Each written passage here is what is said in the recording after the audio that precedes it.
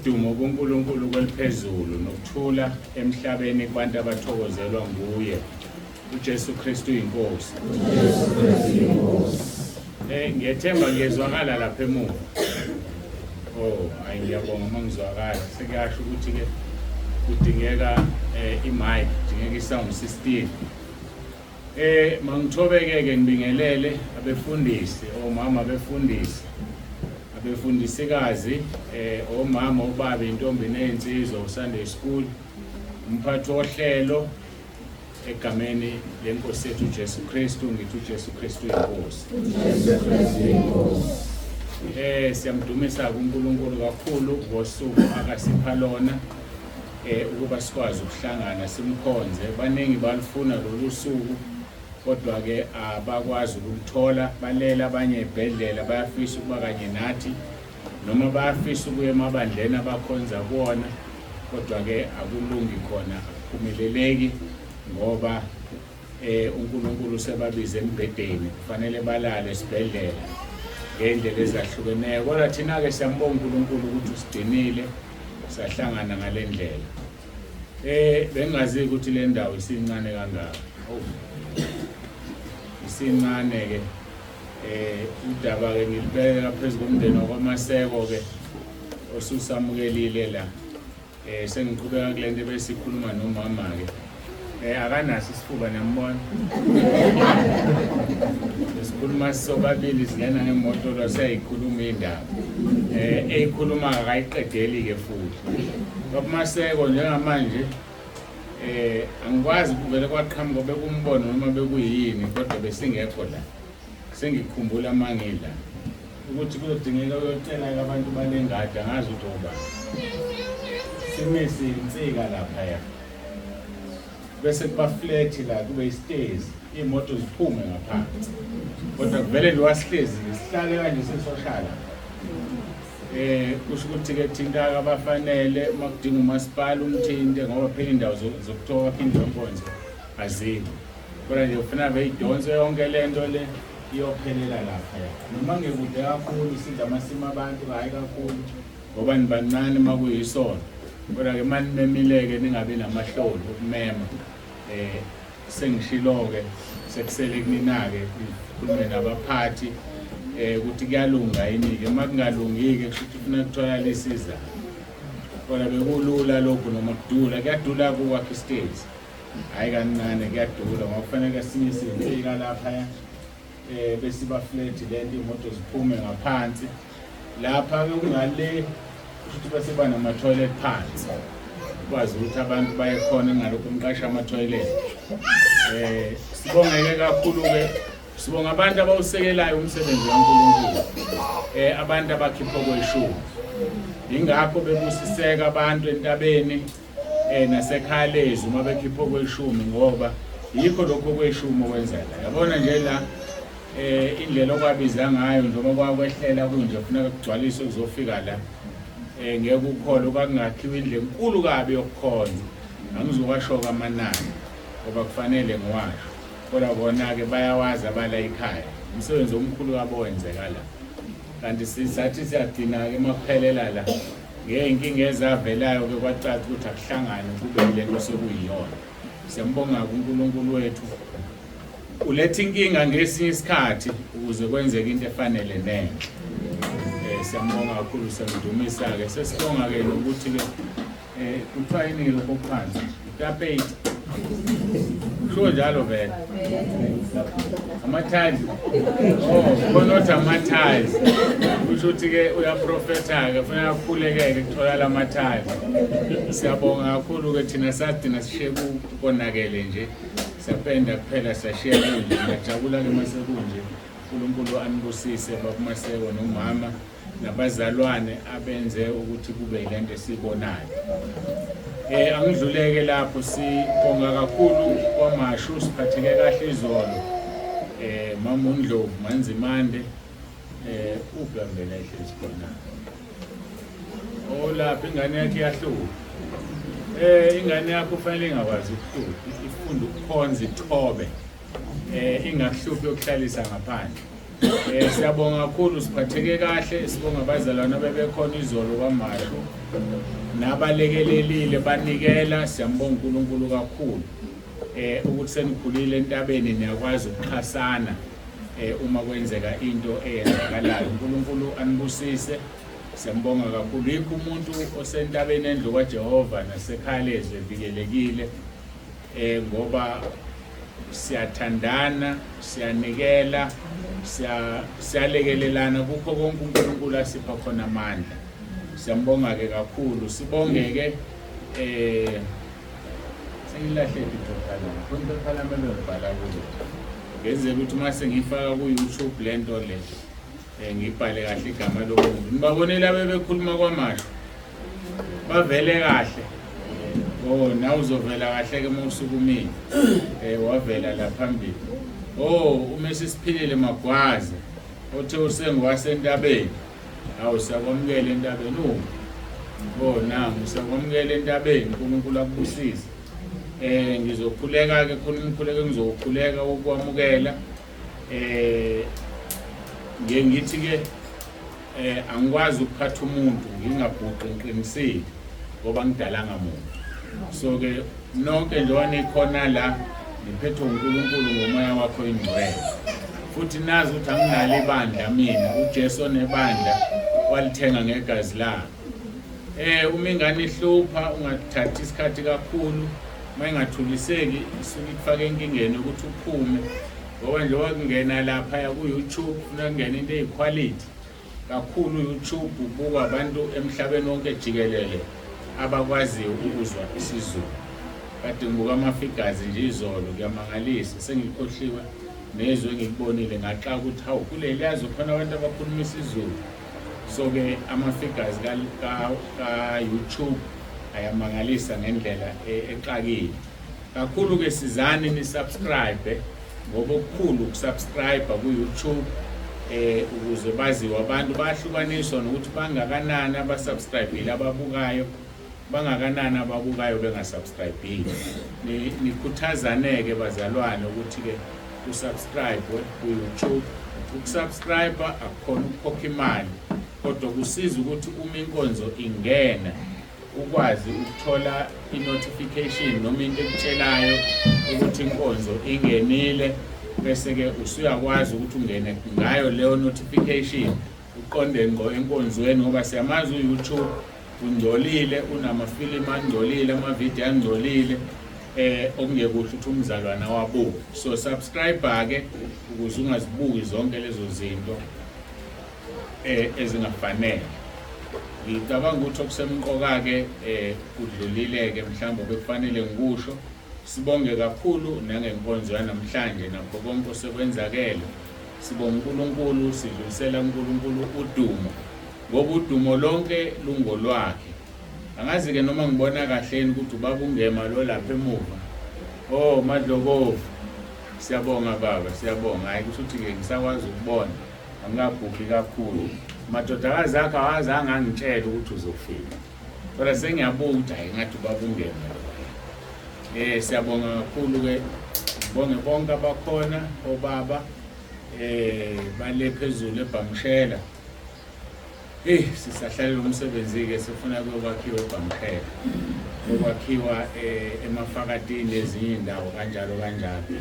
Angazi mase ngikhuluma izesitezi siyadula ke kakhulu kodwa uNkulunkulu wethu akahluleka azahluleka konke kuzokwenzeka. Inkinga yami yala oTongaat ukuthi eThekwini kuliphuna ukuthola indawo so abantu baseThekwini bazokhonzana. So uTongaat uzolithatha ngathi luncane kanti luncane. Abantu baseThekwini sebeza la so kusho ukuthi kufanele sibukeke ukuthi kuyalunga nala kuyalunga ezindaweni zonke. uNkulunkulu uzosisiza ke ngendlela azosisiza ngayo.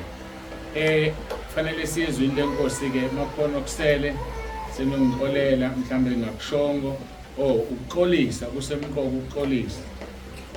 Ukuxolisa angazi ngaso ngabeka ukuthi u10 inkonzo zasentabeni ziqala ngo10 ngase sisendleleni sibuka isikhathi siyasho umama ukuthi ubonile kuthiwa indlela ku-profile pic yomphathi wohlelo ukuthi uthi 9:30. Awu akhona oyedwa akongitshelile ukuthi 9:30. Apasina nje angimazi mina ngazi u10 so siyaxolisa kakhulu ke ukufika late kusho ukuthi bekuno10 engqondweni nawo ke esifike ngawo wrong ufike ngo10 ngempela bese fanele siqhume lezi izinto kusho ukuthi kufanele sifike before 10 besikwazi ukuthi siqhume angazi ngibona sekucishile ke la angazi kuphazamiseke kulo le light ngicela ukuphoze ucindezele amabhathini awu2 ukuphoze khona ngizosuka ngeze lapho hayi asiqhubekeni ke nenkonzo sivula izwi lenkosi abaseKorinte besibili chapter 4 sisavula ke ngicela ukukhuleka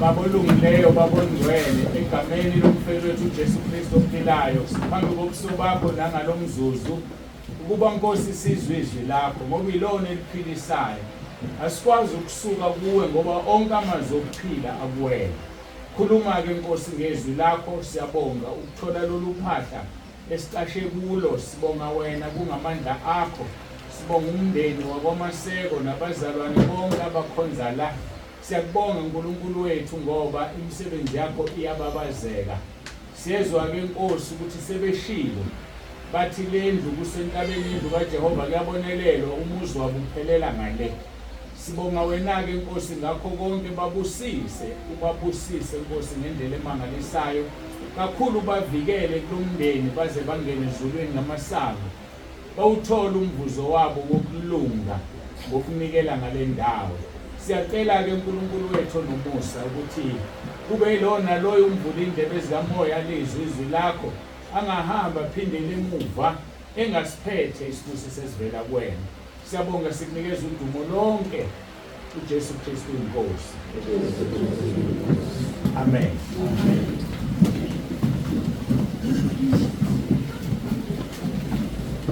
What a mighty God we serve. What a mighty God we serve. What a mighty God we serve.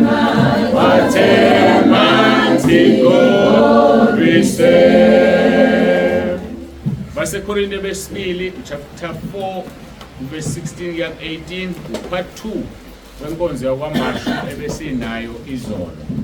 Inkonzo ebesinayo izolo kwaMashu part 2 ke lo. Angazi ke noma part 3 kuyale kukhona yini noma sekungeyokudinga. uNkulunkulu ke owaziyo mina ngazi. Ake sifunde ku verse 16 kuya ku verse 18.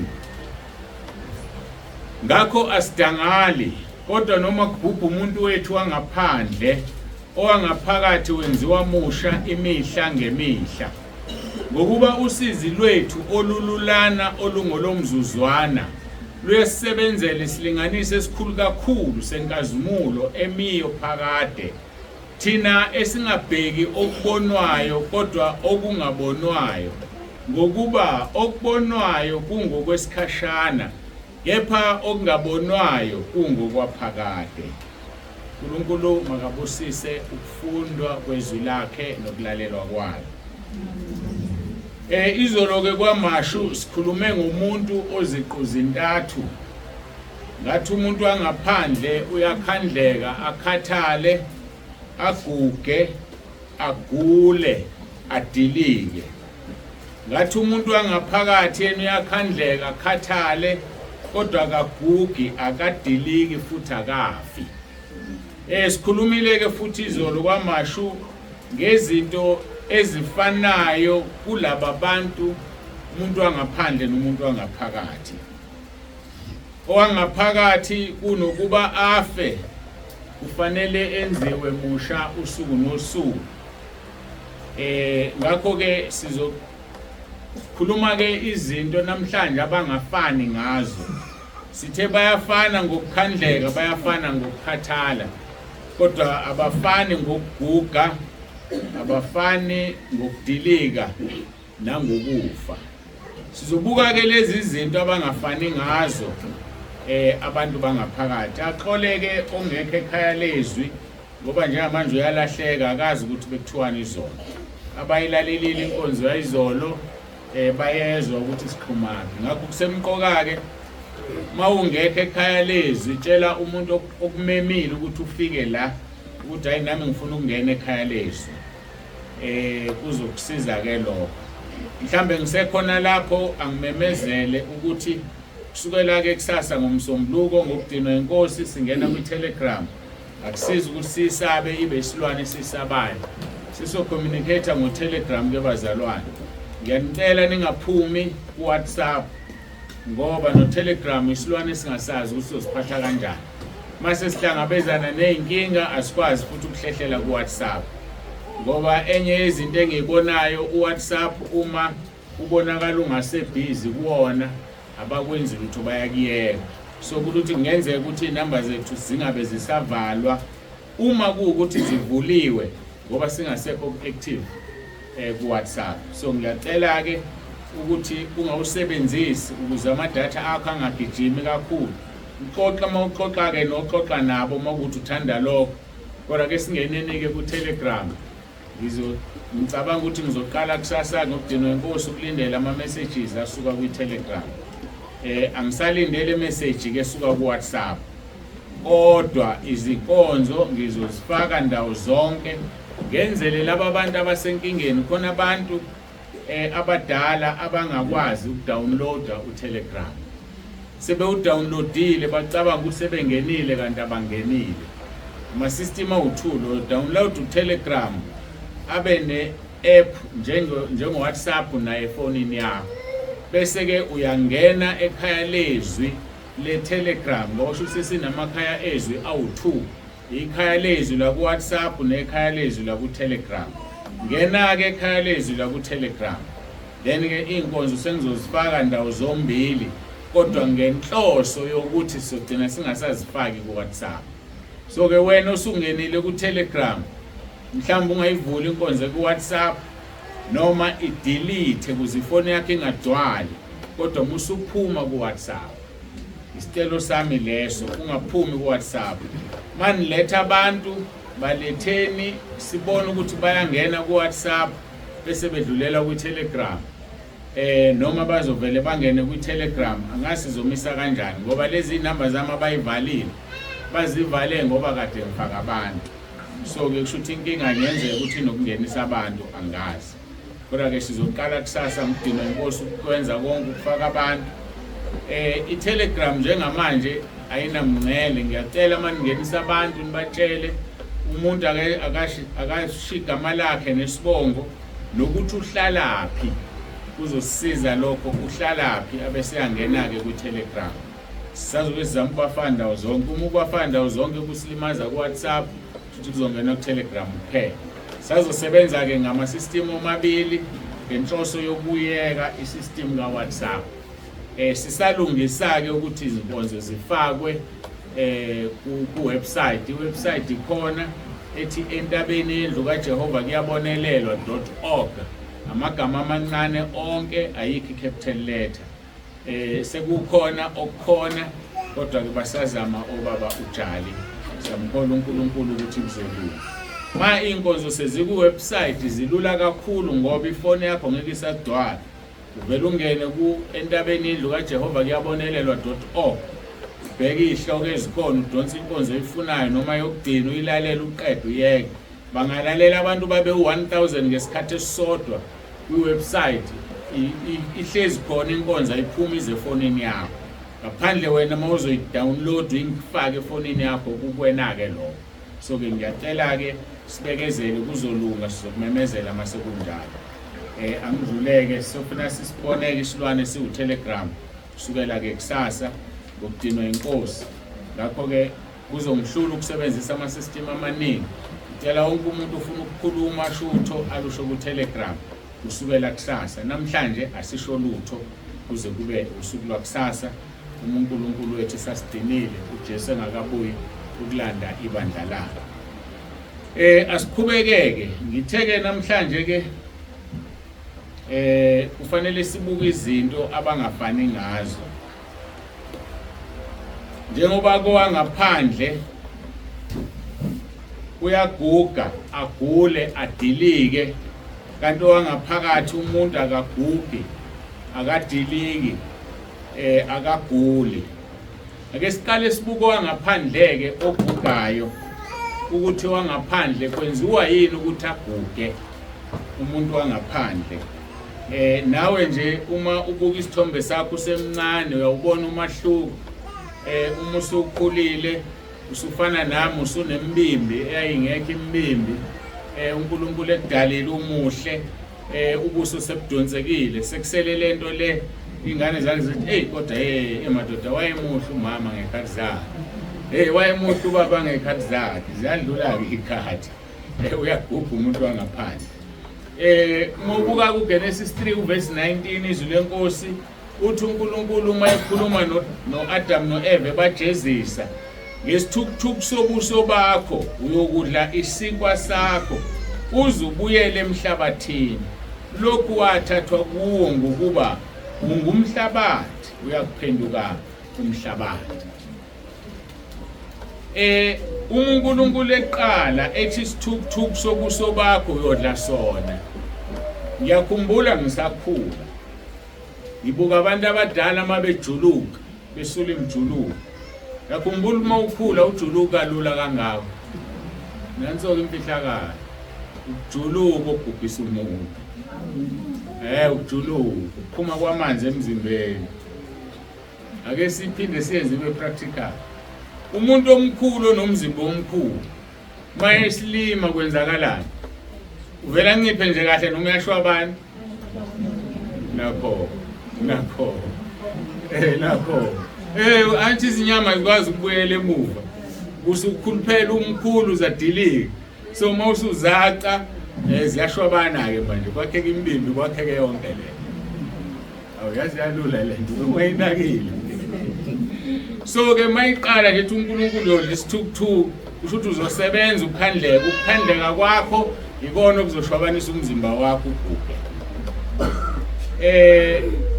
Bese lithiwa ke siyoze sibuyele emhlabathini ngoba sithathwe emhlabathini. So uphenduka umhlabathi. Mawufunda uMshumayeli 12 verse 7 uthuli lubuyele emhlabathini njengokuba lwalunjalo. Umoya ubuyela kuNkulunkulu owawunikayo. Umoya awugugi kodwa umuntu noma umzimba lo wangaphandle uyaguga. Ongaphakathi akagugi. Lelizwe silifundile liyacacisa lithi ngakho asidangali kodwa noma kubhubha umuntu wethu wangaphandle owangaphakathi wenziwa musha imihla ngemihla. Nango kugesi ke wase South Africa akuluthoke sizozama sinenge cha iphazamiseke leya izoqhubeka iphazamiseke ilight ekhanyayo. Ngakho ke asidangali kodwa noma kubhubha umuntu wethu wangaphandle wangaphakathi wenziwa musha imihla ngemihla. Ngakho ke njengoba sila sizovuselela umuntu wangaphakathi ukuthi enziwe musha. Akuhambile kanti ugesi. Sizovuselela umuntu wangaphakathi ukuthi enziwe musha. Kunale button encane lapha. Itindezela isikhathi eside. Siyabonga. Owangaphakathi wenziwa musha imihla ngemihla. Njengoba sihlangeneke size enkonzweni la sizonakelela umuntu wethu wangaphakathi. Anti yabona ngiduluka nje ngize nje ngiyaguga. Ngiyaguga impela. Kuba kanjalo ohlala ngajuluka uzimofuna ungaguga. Kodwa manje akwazi ukuvimba kwasho uNkulunkulu. Owangaphakathi akalangazeleli izinto zezwe ngoba uyasuthiswa uzahlala emusha. Manje umuntu mayehlala esuthu uhlala emusha. Wokubuke umuntu odla kahle ophila kahle uyakhuluphala abe mkhulu. Elithi iBhayibheli ngisho inhlangothi zakhe la zidwala amafutha kuphela ifika. Owayeyintombazane emncanyanyane nefika iyaphela ifika ngoba sekukhona amafutha. Uyadla udla kahle uzaguge noma yakheke imbimbi ayakheki njengomuntu onjani omncane ozacile. So ke ngicela uba ngiqonde umuntu. khona leli igama lesilungu elithi if your cap fits, wear it. Ngamagama ngiphosa ikapa isiphezulu maligqokeka kuwe lifaka kodwa mina ngiqonde emuva. So ke owangaphakathi akalangazeleli izinto zezwe ngoba uyasuthiswa ukuze ahlale emusha. Ukuhlala usuthi kumoya kukwenza ube musha. So ke kunabantu ke uNkulunkulu abapha amandla bebekhona kwaMashizolo, bakhona la namhlanje, bakhona noma phela sihamba khona, imphefumulo yabo ihlala isuthi. Njengoba sababona amanye amadodakazi efikele eMthatha, sisemthatha, isimanga leso sajabula kakhulu. Ngoba ke kube mnandi ukuthi uma umile shumela uthi yaqalaza ubona ubuso bujwayele. Ngo-October ngonyaka ozayo, ngeweekend yesibili ngokuvuma kwenkosi se-Cape Town, bekanika imali bazalwane yokuya eCape Town. Nihamba ngetekisi noma ngigibela ibhanoyi uye eCape Town. Fika uyilungiseleka indawo yokulala, konke siyayilungisela. Akukho umuntu olungisela umuntu. Kodwa nje uma uthanda ukuya eKapa uyobona kuvula ibranch yaseKapa, bazalwane siyakhona ngokudima inkosi. Engizama ukukuchaza ukuthi uma uhlala usuthisa umphefumulo wakho awuzuguga umphefumulo. IHubo 103 verse 5 lithi osuthisa ukulangazela kwakho ngokuhle, ubusha bakho bubuyiswe ngokhozi. Uyakusuthisa okulangazelelayo emphefumulweni wakho, akunikeze bese ubusha bakho kuba njengokhozi. Kukhona lento leyo ukuthi umuntu ohlala ehleka, umuntu ohlala ejabule akashesha aguga. Angazi uma nayazi lo. Umuntu ohlala ehleka, ohlala ejabule akashesha aguga. Khona into eshiwo baba Maseko emela. Uthe siyambona ebusweni ukuthi ujabule. Lokho kwenza ukuthi ubaba Maseko angashesha aguge ngoba ujabule. uNkulunkulu usuthise ukulangazela kwakhe ngokuhle bese vuselela ubusha bomuntu njengokhozi. Kodwa ukuvuselela kuphi? Ngaphakathi. Uthola umuntu ehlala ehleke, ehlala ejabule, wena ohlala uqhukula udonsa umlomo kuze kuthiwa unamamuthi. Ngazi silwane sina amamuthi, idimoni lelo. Uma umuntu nje onamamuthi futhi ukukhulekelwa lihambe leli dimoni ngoba kufanele ushintshe imbala njengonwabo. Unwabo oludalela ukushintsha imbala oluthi malihambe etshaneni obuhlaza libe hlaza, malihambe esiqwini somuthi obrown ngoba usukhulile umuthi kubone selibrown. Thina sishintshe, thina singabantwana bakaNkulunkulu. Uma ke unesimo sokushintsha ke wena hayi udinga ukukhulekiswa, udinga nokukhulekelwa. Kodwa ke udinga ukusuthiswa lento ilangazelelayo usuthiswe kuyona. Owangaphakathi uyamesaba uNkulunkulu abeseneliswa yilento anayo. Ngoba lento yenziwa ngaphakathi anganeliseki, owangaphakathi aguge ukunganeliswa izinto nazo. uNkulunkulu uthema esidala, wasidala sabantu abangafani. Hayi asifani, kodwa kungafanini kwethu kuyicebo lakhe sihlobise umhlaba. Khona abamhlophe, khona abansundu, khona abamnyama, khona abayelo, laba bakuse East amaChina ke babizwa ukuthi bayelo bona, bayizinto eziningi. Hayi lo yelo wengubo, uyelo ngokubona. Bese ke kuzoba khona labenithi ke simnyama sonke, bese nithi amayelo bow. Bese kuba khona izindoni zamanzi, laba bamnyama kuhlonishwa ubumnyama babo. Kodwa eqinisweni sonke sidalwe uNkulunkulu saba yilento esiyona. So njengoba esidalile sifanele ukwamukelana. Omnyama angacream ukuze abe mpofu.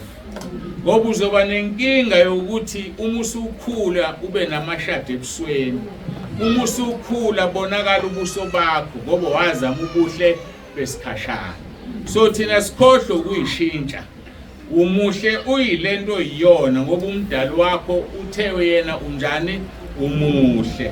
Ukuthi omunye umuntu eceleni uthini, uzodala ukuthi umzimba wakho uguge, uzodala ukuthi umzimba wakho wonakale, uzodala ukuthi umuntu wakho wangaphakathi affectwe umuntu wangaphandle naye bese yalimala. Ngoba kuze kuba mnandi ukubuka izithombe zakho kade uqhimile umuhle ngokucabanga kwakho, usumubike manje ukrima usasebenzi awusakwazi ukumelangeni isikhumba sakho sesilulu siyezwela usuhlala ufaka isigqoko usufaka izibuko usuyonke lento kanti wena wazenza kuthiwa ngezulu angilazi igama lakho wazenza ukhamani noma uchip line wazenza wayilento elula kanti nendlela esiyona nje siyaphila elangeni siyaphila emakhaya siphila yonke indawo abamhlophe uzubathole begijima beyolwandle beyohlala imini yonke benqunu bafuna uba brown abamnyama bafuna uba mhlophe kanti yini singaneliswa into uNkulunkulu asinikeze yona owangaphakathi ke ufanele ukwesaba uNkulunkulu abeseneliswa yilokho anakho njengoba uTimotheo wokuqala chapter 6 esho verse 6 ya 10 lithi yebo ukumesaba uNkulunkulu kanye nokwaneliswa kuyinzuzo enkulu ayikho into emnandi njengokwaneliswa into oyiyona ngoba ngeke uyishintshe uze athi ungashintshi ngisho unwele lakho khona abantu abadaya inwele yazi ukuthi isona ukudala inwele phambi kaNkulunkulu ngoba uyamsola ukuthi ukunikeleni inwele ezibomvu ufuna ezimnyama wena ukunikeleni ezimnyama ufuna ezigrey wena abanye bazenze zibe grey mase kufikela egrey khona umuntu useliphuca lonke ikhanda njengami ashefe yonke into ayisuse useyonakele lo baba ufuna izingane ezincane afuna ubona ukuthi imdala kodwa ayisemncane wayezenza abe grey kanti sizoneliswa nini na lithi izwi lenkosi ukumesaba uNkulunkulu nokwaneliswa kuyinzuzo enkulu ngokuba asilethanga lutho ezweni kusobala ukuthi singemuke nalutho futhi ayikho into eseza nayo ezweni ngakho akukho esiyohamba nayo kodwa futhi kukhona esiyohamba nayo sohamba nemisebenzi yethu hayi imisebenzi yakho uhamba nayo ukuthi ayibonakali awubonakala uqhakile noma bangakufaka eboxini nemali yakho iyobolelela yona kodwa uzobe uhambe nemisebenzi yakho so ke kusobala ukuthi asilethanga lutho ezweni bafowethu ngakho futhi singemuke nalutho ngakho ke mantombazana abafana nazalwa bekhona nizofa futhi nibashiye musuphuma endleleni kaNkulunkulu ngoba usanganiswa umfana bafana amantombazana nazalwe khona musuphuma endleleni kaNkulunkulu usanganiswa amantombazana awanamhlanje ngaya wasahluka ayayibambela nje ayayikhulumela futhi so ke izwi ke lelo elasho lathi abesifazane bayozibambela indoda bathi sishintshe nje isibongo masibizwe ngawe nje so ke into ekhona yashiwe ya prophet iyenzeka seyibona namhlanje kodwa kukhulu ukumesaba uNkulunkulu waneliswe yilento iyona uyeke ukulangazelela izinto zabantu uyeke ukubuka abantu abaphila kahle emhlabeni ufisa ukuba yibona ngoba wazi masebehlezi emzini wabo mhlambe balala embhedeni ehlukene mhlawumbe omunye ulala phansi omunye ulala phezulu embhedeni nibona nina ngoba benemali sekulo iphuma nale moto kanti baphuma ngalezi moto ezihlukene nje ngoba baxabene abazwana wena ubona kuyisibusiso ubani uphuma ngoMercedes umama aphume ngoBM kube ukuthi nokuthi awazi ukuthi kwenzakalani so ake sineliswe izinto uNkulunkulu asinikeze zona sikhohlwe inhlanhla yababe lithi iBhayibheli izoshabalala uverse 8 ke wakhona uthi kephuma sinokudla nezambatho aseneliswe ilokho okunye nokunye akungeni kuthini kepha abafuna ukuceba bayele ekulingweni nasesihibeni nasezinkanukweni eziningi zokuwula ezilimazayo ezishonisa abantu ekufeni nasekubhujisweni abantu abanjani labo abafuna ukuceba ungakufuni ukuceba asiphiwanga sonke ukuceba yazi ukuthi baningi abantu abathanda ukuceba kanti uJesu wakhuluma amagama abuhlungu abantu abacebile wathi kubuhlungu asho nje kubuhlungu yaxolisa wathi kulukhuni ukuthi umuntu ocebile angene ezulwini kungangena ikamela ngentunja yenalithi kunokuthi umuntu ocebile angene ezulwini kodwa kulula umuntu ompofu ukuthi angene ezulwini ngoba unjani unenhliziyo ethambile uyalizwa izwi likaNkulunkulu liyasebenza kulo so asiyekeni ukufuna ukuceba ngoba sizophinde kwethu sishiye emhlabeni kodwa sibekele ingcebo esezulwini uthi uJesu alifikisela lapha nenundu ayoni asizibekele ingcebo uthi-ke uthi mayisevala athi inhliziyo yakho ilapho la kukhona khona ingcebo.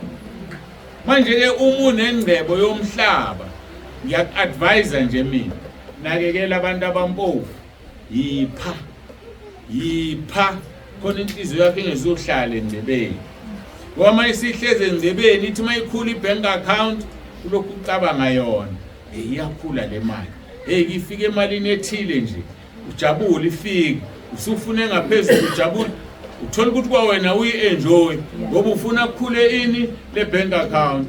Uyothi usuyafa uthi mawufa ushiya imiliyoni lonke, inhliziyo yakho ikuphi emuva, uzongena njani ezulwini?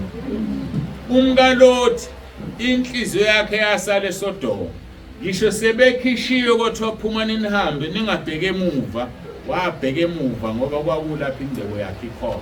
So-ke ukuze uhlwithwe kahle nebandla, indebo yakho ayibe sezulwini, uzohlwitheka. Ngoba mayisemhlabeni hayi uzosala mntakababa. Ngokuba-ke uverse 10 wakhona, ukuthanda imali kuyimpande yakho konke okubi, abanye ngokuyifisa badukela ukukholwa bazigwaza ngeminjunju eminingi. Bafowethu asiyeke ukuthanda imali. Imali ayisona isono, ukuyithanda ngaphezu kukaNkulunkulu okuyisona. Uthola ukuthi umuntu wenza izinto ezimangalisayo ngoba efuna imali.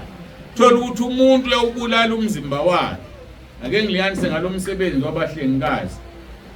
Kuthiwa uMoonlight usebenza kulesi sibhedlela emini, ebusuku usebenza kulesi sibhedlela.